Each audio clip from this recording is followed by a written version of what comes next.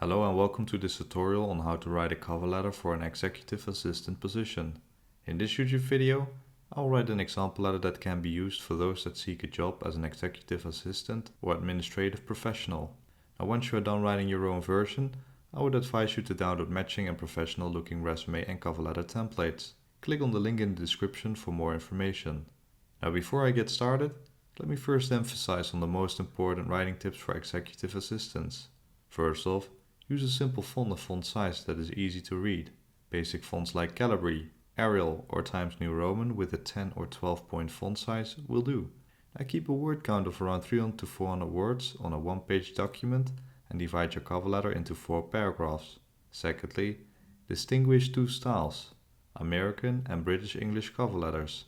The cover letter that we are going to write will be an American English example, but I will also showcase the differences between an American and British English cover letter. Thirdly, start with a warm and professional greeting, as in Dear Mrs. Smith or Dear Miss Smith. Now don't use Mrs. as the abbreviation, unless you know that the contact person is a married woman.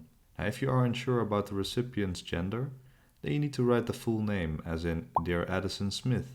If you write to an unknown recipient, then I would advise you to write Dear Hiring Manager. Fourthly, a cover letter is a supplement to your resume, and that means you need to provide context to the qualifications listed in your CV.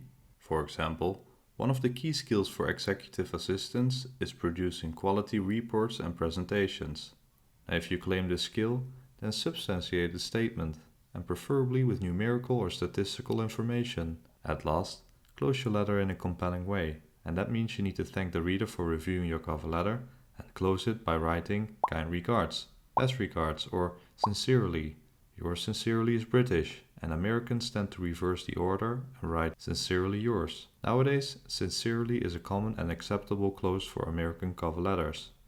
You can also write yours faithfully, which can be used when the recipient is not addressed by name, like in Dear Sir or Madam.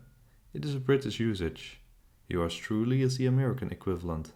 Alright, that's it for the most important writing tips for executive assistants. Next up, I want to start writing the cover letter example. List your contact information on the left side. In between white lines underneath we put the date, and then the HR manager's name and job title, followed by the company's information. As for the salutation, we write Dear Mrs. Smith. Now this is how you structure an American English cover letter. For British English, you need to put the contact information and date on the right side. After that you need to put the date first, then the month, and exclude the comma. Underneath we notice that the subject is included in the British English letter. It is commonly used in the UK, but usually left out in the US. For American usage, the month is placed first, followed by the date, and you need to insert a comma between the day and year. Now we also include a dot after the abbreviation MR or MS. For British English, you can leave it out. In the first paragraph, also called the introduction, you need to show your interest for the position and company you apply for. Let the reader know where you found the job posting and that it matches your qualifications. Inform the reader about your willingness to contribute and support their objectives, and introduce them to your cover letter. In the second paragraph, you shortly introduce yourself, followed by a motivation for the job opportunity. Try to answer questions like, what makes you feel excited to work as an executive assistant? Or, why do you want to work at their company? Now direct the reader's attention and show that you are in fact interested in specifically this job role at their company. In the third paragraph, you have to match your qualifications to the job requirements. Now don't restate your resume, but instead provide context, and preferably with numerical or statistical information. So what have you achieved in numbers, statistics, or awards you've been granted? A key here is to convince the reader that you actually obtained the necessary qualifications. In the last paragraph, you can inform the reader about your availability and invite them to further discuss your candidacy. Now by doing so, you politely initiate an interview without directly asking for it, and you give the reader an incentive to invite you to a personal meeting.